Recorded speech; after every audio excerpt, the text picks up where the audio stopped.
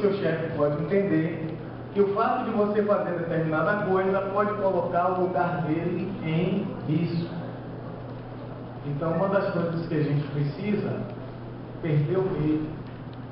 Primeiro é de se expor, porque isso faz parte do cotidiano. Segundo, perder o medo de perder. A vida é assim. Se você tem medo de perder, você também não vai criar condições para poder ganhar. Então, se você tem medo do outro dizer não, você nunca vai chegar ao outro para que o outro então possa te ajudar. Porque você já vai com um preconceito de que o outro não pode te ajudar. Não constrói a rede. Não consolida a rede. Não consolida a rede. Então, isso é importante que a gente tenha em mente.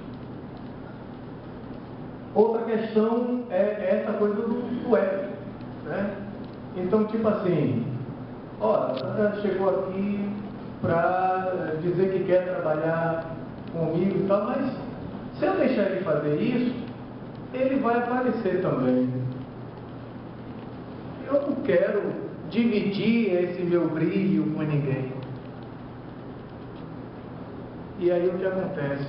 Eu procuro fazer tudo sozinho, porque aí eu não vou precisar dizer que ninguém me ajudou e vou dizer assim, olha só quanta coisa eu sei fazer e fiz tudo sozinho. Super-homem, super-mulher maravilha.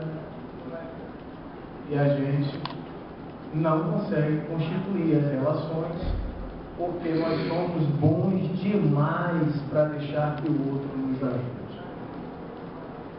Não é verdade? Então a gente precisa deixar de querer ser bom demais.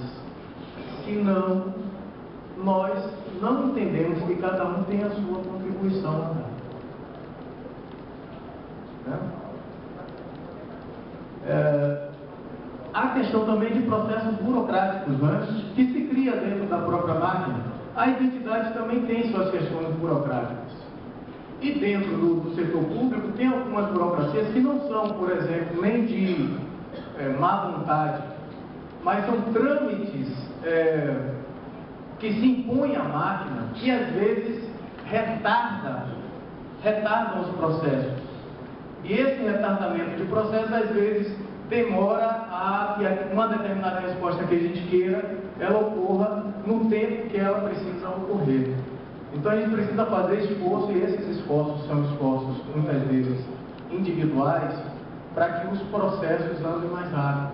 Sabe aquela coisa quando o pessoal diz, pega o processo e bota embaixo do braço. Então às vezes a gente precisa pegar os processos, colocar embaixo do braço, e se a gente precisa conversar com a defensoria, a gente vai até a defensoria, não manda o boy levar um documento lá, porque ele vai levar aquele documento lá e aí vai ter um tempo também de ele explicar aquele documento. Então, se você quer que aquele processo aconteça de uma forma mais rápida, e você sabe exatamente o que é que tem que fazer, então você leva lá e explica já o que é que precisa ser feito e já agenda um cronograma de atividades para acontecer.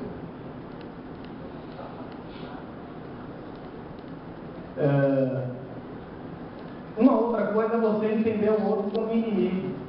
A defensora disse aqui, olha, eu vou visitar a unidade do Bahia agora, viu? Viu? Vá. Por quê? Olha, eu não tenho que me preocupar se as unidades do programa Bahia Acolhe estão boas ou ruins. Eu tenho que entender que quando a defensora vai lá, ela vai sinalizar o que está bom e o que está ruim. E quando ela sinalizar, ela vai me ajudar a melhorar. É a obrigação dela, é a função dela. Ela tem que fazer isso mesmo e eu não tenho que colocar embargo para isso, não. Então, se eu entendo o trabalho dela como um trabalho de embargo ao meu, eu não trabalho também. Então, existem os órgãos fiscalizadores que eles estão aí para isso mesmo. Existe uma questão de monitoramento que tem que ser feita mesmo. Então, eu tenho que entender isso. Então, quando ela coloca também, estamos fazendo trabalho na assistência social. de assistentes sociais e tal, então estamos entrando em outros campos. Eu acho que é pertinente também refletir sobre isso, porque quando a gente começa a trabalhar em cima do que é de fato o trabalho do outro, aí também é preocupante. Porque se ao mesmo tempo a gente precisa ter uma visão universalizada das coisas, a gente também não tem como humanamente dar conta de todas as coisas. Por isso que as políticas foram se organizando para isso.